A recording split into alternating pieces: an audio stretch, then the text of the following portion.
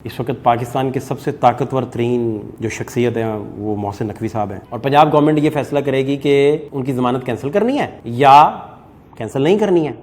इक़्तिदार की देवी किस पर मेहरबान हो जाए इसका कोई अंदाज़ा नहीं है और कुछ लोग बड़े पॉपुलर हो जाते हैं, बड़े पावरफुल हो जाते हैं। आप एक सेकंड के लिए इमेजिन करें कि नवाज शरीफ साहब को मोहसिन नकवी साहब गिरफ़्तार कर सकते हैं या उनकी ज़मानत जो है और वो सस्पेंड कर सकते हैं। उनकी रेलिवेंसी इसमें कैसे है? आप इमेजिन करें एक लम्हे के लिए कि इस वक्त पाकिस्तान के सबसे ताकतवर तरीन जो शख्सियत है वो मोहसिन नकवी साहब हैं, बहुत ताकतवर हैं और उनके सामने फ़ाइल पड़ी हो कि नवाज शरीफ साहब का फ्यूचर डिसाइड करें, तो ये सुनने में कैसा लग रहा है?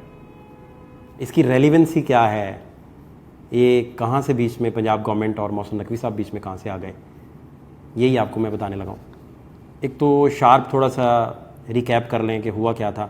जुलाई 2018 में एवन फील्ड में सज़ा हुई थी और सितंबर 2018 में चीफ जस्टिस सदर मनीला साहब थे और इनके साथ बेंच में एक और मेंबर थे, उन्होंने सज़ा सस्पेंड कर दी थी और ज़मानत पर रिहा कर दिया था।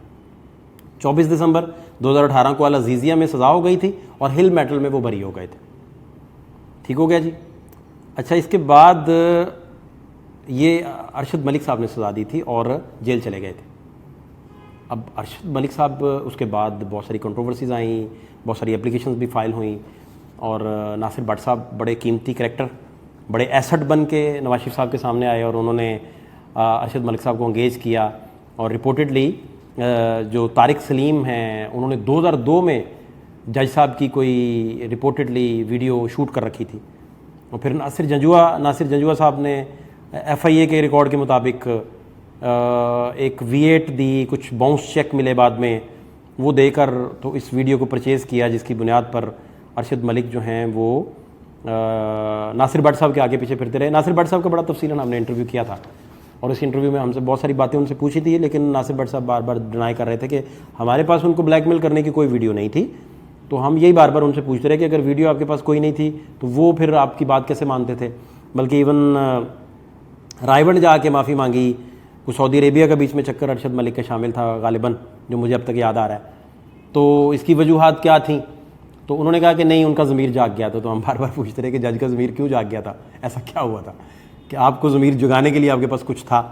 तो वो डिनाई करते रहे कि नहीं, हमारे पास कुछ नहीं था। वो बल्कि कहते रहे कि अरशद मलिक के पास, अरशद मलिक हमें बताते रहे, जज जो हैं इस दुनिया में नहीं रहे अब, तो वो हमें बताते रहे कि मुझे फ़लाँ वीडियो देख के यरगमाल बनाया जाता है और मुझे बिल्कुल हैप्नोटाइज़ कर दिया जाता है वीडियोज़ दिखा के। तो हमारे पास ऐसी भी कोई वीडियो नहीं। खैर, उनका जिक्र आ गया तो मैंने कहा वो बैकग्राउंडर के तौर पर। अच्छा जी, अल अजीज़िया की सज़ा जो है वो सस्पेंड ना हुई तो अरशद मलिक साहब की कंट्रोवर्सी काम करती रही। अब पंजाब गवर्नमेंट बीच में आ जाती है। जब ये मैटर उनकी प्लेटलेट्स के गिरने पे चला गया कि प्लेटलेट्स गिर गए हैं, तो उन्होंने एप्लीकेशन फाइल कर दी कि हमें मेडिकल ग्राउंड्स पे रिहा किया जाए ताकि हम अपना इलाज करवा सकें। तो ये मैटर जो है ये हाई कोर्ट में चला गया, लाहौर हाई कोर्ट में। तो लाहौर हाई कोर्ट में पंजाब गवर्नमेंट ने कहा कि श्योरिटी बॉन्ड आप साइन करें 7 अरब रुपए का, 7 अरब रुपए जुर्माने की सज़ा है, तो उसके इक्विवेलेंट श्योरिटी बॉन्ड आप दें। तो जब ये लोअर कोर्ट से ये सज़ा आ गई तो फिर हाई कोर्ट ने भी श्योरिटी बॉन्ड वाला इशू लेके, जो नून लीग है वो हाई कोर्ट आ गई। तो इस श्योरिटी बॉन्ड वाले मैटर में स्टैम्प पेपर पे 50 रुपये वाले स्टैम्प पेपर पे उन्हें बाहर जाने की इजाज़त मिल गई। इसमें बड़ी कंट्रोवर्सी सामने आई। फवाद चौधरी उन दिनों कहते थे कि ये कोई डील है। फवाद चौधरी बार बार कह रहे थे। यास्मीन राशिद साहिबा आजकल बिहाइंड बार्स हैं, वो कह रही थी कि कोई कंट्रोवर्सी नहीं है, वाकई प्लेटलेट्स गिर रहे हैं। तो उन्हें बाद में भी हमने बेशुमार इंटरव्यूज़ किए, वो कहती मुझे नहीं पता, वाकई प्लेटलेट्स गिर रहे थे। मैं तो खुद मियाँ साहब से मिली हूँ, उनकी तबीयत बड़ी ख़राब थी, रैशेस थे उनके। वो एक जगह हम सर्विसेज जब कवर किया करते थे, सर्विसेज में वो हॉस्पिटल में थे, तो वहाँ शेव करने का उन्हें कहा रोक दिया गया, शेव नहीं कर सकते। फिर मसूड़ों से खून आना शुरू हो गया। बड़ी उन दिनों जो माहौल बना हुआ था वो सारा। तो श्योरिटी बॉन्ड, अब पंजाब गवर्नमेंट बीच में आ गई।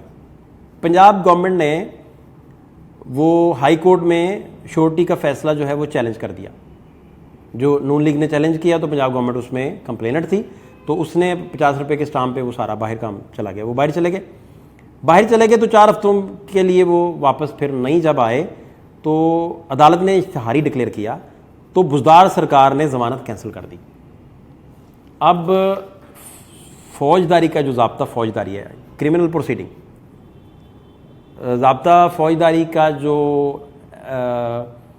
401 है वो अगर आप पढ़ें तो वो लिखता है कि पावर टू सस्पेंड और remit sentences when any person has been sentenced to punishment for an offence, the provisional government may at any time without conditions or upon any conditions which the person sentenced accepts suspend the execution of his sentence or remit the whole or any part of the punishment to which he has been sentenced। तो इसी 401 के तहत CRPC criminal proceeding act जो है, इसके तहत Punjab government ने उनकी ज़मानत जो है वो कैंसिल कर दी थी।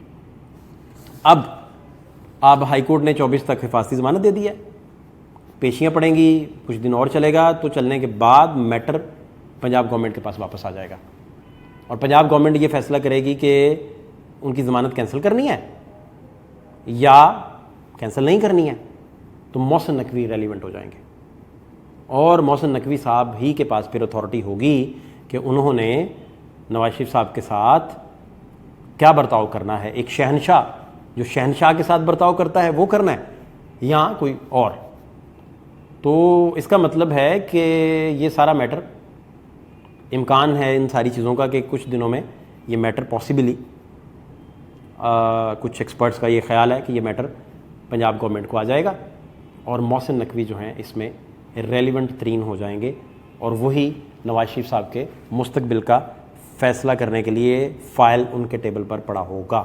फ़ात शहबाज खान को इजाज़त दीजिए, अल्लाह ने के बाद।